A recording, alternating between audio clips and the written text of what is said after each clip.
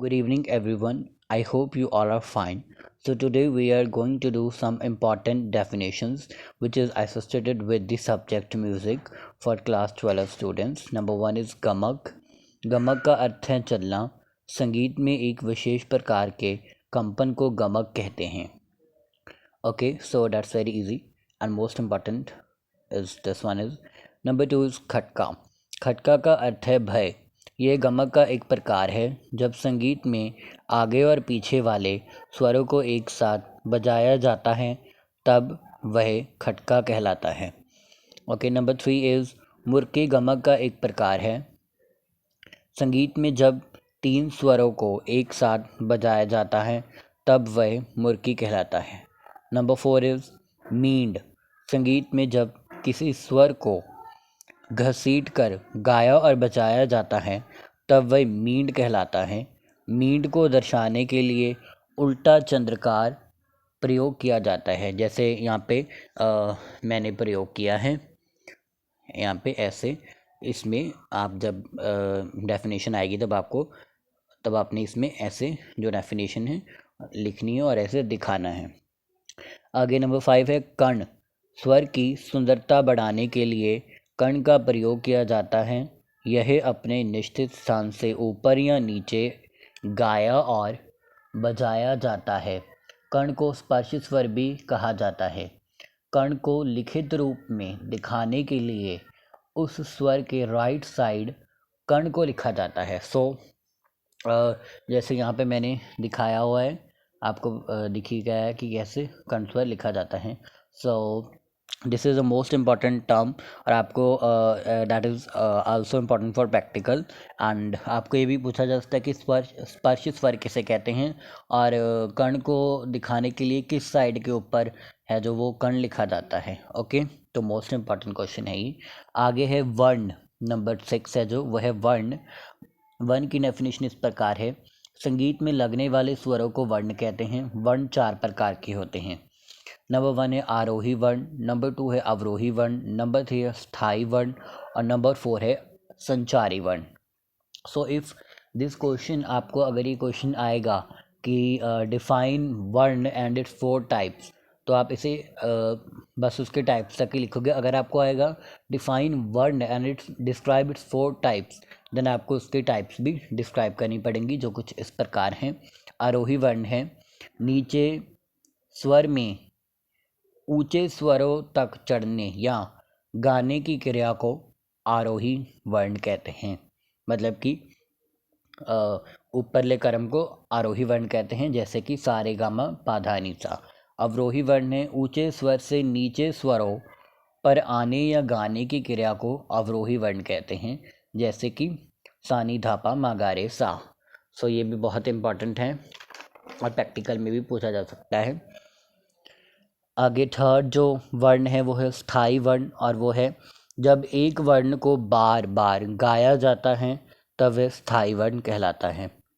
Okay, और number four जो वर्ण है वो है संचारी वर्ण और वो कुछ इस प्रकार है जब स्वर को उल्टा भुल्टा कर गाया जाता है तब वह संचारी वर्ण कहलाता है. ओके, नंबर सेवन अलंकार. अलंकार की definition that one is most important question for +1 as well as +2 students of musics. So the definition of अलंकार इज लाइक दैट. अलंकार का अर्थ है आभूषण. जिस प्रकार स्त्री की शोभा आभूषणों से होती है उसी प्रकार संगीत की रचनाओं को सजाने के लिए अलंकार में चार वर्ण का प्रयोग किया जाता है.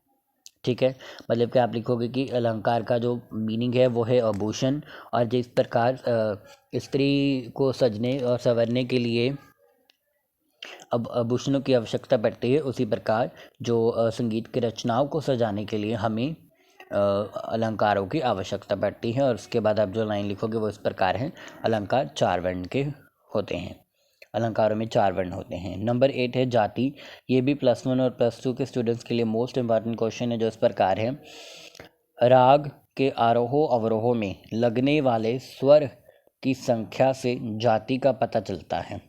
ठीक है, मतलब कि राग में जब आरोह अवरोह में जैसे हम स्वर लगाते हैं तब उनमें संख्या होती है जो उसके हमें जाति का पता चलता है. संख्या की दृष्टि से इसके 3 प्रकार हैं, मतलब कि जो संख्या है उसकी दृष्टि की जो जाति है हमारी उसके 3 प्रकार हैं, वो जो कुछ इस प्रकार हैं। पहला है 5 स्वर वाले राग ऑडव, दूसरा है 6 स्वर वाले राग षाडव, तीसरा है 7 स्वरों वाले राग संपूर्ण।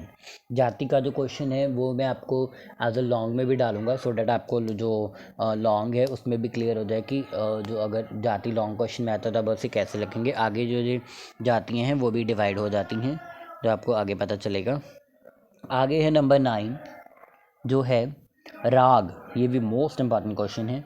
राग की डेफिनेशन इस प्रकार है, वह सुंदर रचना जो मन को खुशी दे और जब स्वरों को नियमों में बांधकर गाया और बजाया जाता है तब वह राग कहलाती है। इजी वर्डिंग में आप ऐसे लिख सकते हो कि वह सुंदर रचना जो मन को खुशी दे और स्वरों को नियमों में बांधकर और गाए जाने वाले विधि को राग कहते हैं। Okay, so last one is राग वर्गीकरण, जो +2 के स्टूडेंट्स के लिए मोस्ट इम्पॉर्टेंट है एंड ये लॉन्ग क्वेश्चन भी है जो आपको मैं बाद में डालूंगा।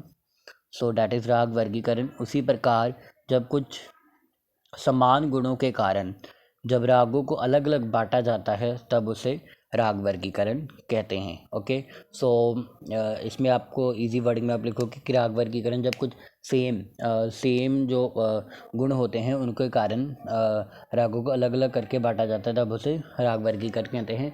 और राग वर्गीकरण आगे है, जो राग वर्गीकरण प्राचीन काल में 3 प्रकार के थे, जो था प्राचीन काल, मध्यकाल और आधुनिक काल। और इन तीनों के टाइप्स हैं जो आगे डिफाइन किए गए हैं।